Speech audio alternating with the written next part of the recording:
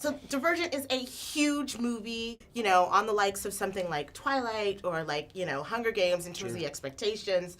How are you guys dealing with that? Yeah, we all meet in sort of a little hut by Malibu, and we have cloaks. Do you chant? Yeah, there's chanting. We haven't Is there created a dancing, chant yet. Nudity? No, Miles started with just like Tris and four, Tris and four, but then like no one caught on to it. Darn. Yeah, we went with like Herengekyo, Homeda, and it's just sort of like, yeah, we see Too Robert individual, Pattinson in there, and possibly, he's too in there free-thinking, chanting. Yeah, too our divergent patches, in thought. Yeah, Yeah, it didn't yeah, catch on. Yeah. What?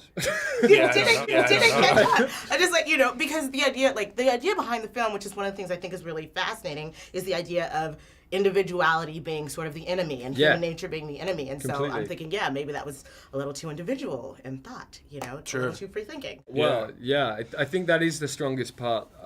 One of the strongest parts of that of the film and the story. It's that if, you know, hopefully people watch it and take that idea that you can embrace your own individuality and you don't have to worry about conforming and you don't have to worry about fitting into the boxes that people expect you to be, and especially kind of young people, they have so much pressure socially about what they're expected to wear and do and say that to fit in. And Yeah, it's okay to be different. I agree. I think that was, for me, one of the things that was most disturbing about it, just the idea of individuality, and specifically, I think Kate said, human nature is the enemy. You know, that's what we have to root out. Exactly, yeah. So, you know, beyond like the external, but I'm just thinking my brain, the idea that my thoughts could be, you know, a threat to society. Right, yeah. Well, I think that's an amazing statement about that Veronica, as when she came up with the story. You know, it's about what we have to look out for in the world. Without getting too deep, you know, we have to make sure that people are not ostracized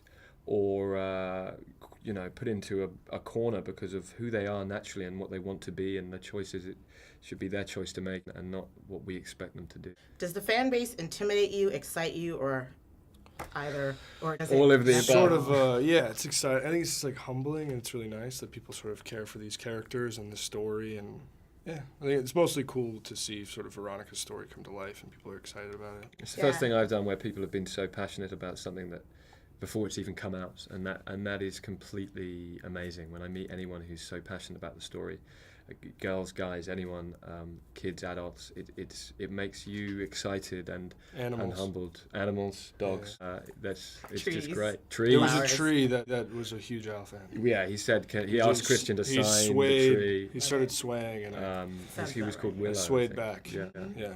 I could see that. Actually, I want to know, who's the biggest practical joker on set? That's interesting because we just well, had a full Miles. segment about Miles. You know, have you met Miles? I haven't met Miles yet. You guys are my first. Oh, we're your first. You're awesome. my first. You're my first. Nice. He Okay. is. I mean, I'd never seen any of his stuff before, any of his films. I mean, this is the first film I've seen him, but I didn't realize until I worked with him that he is just.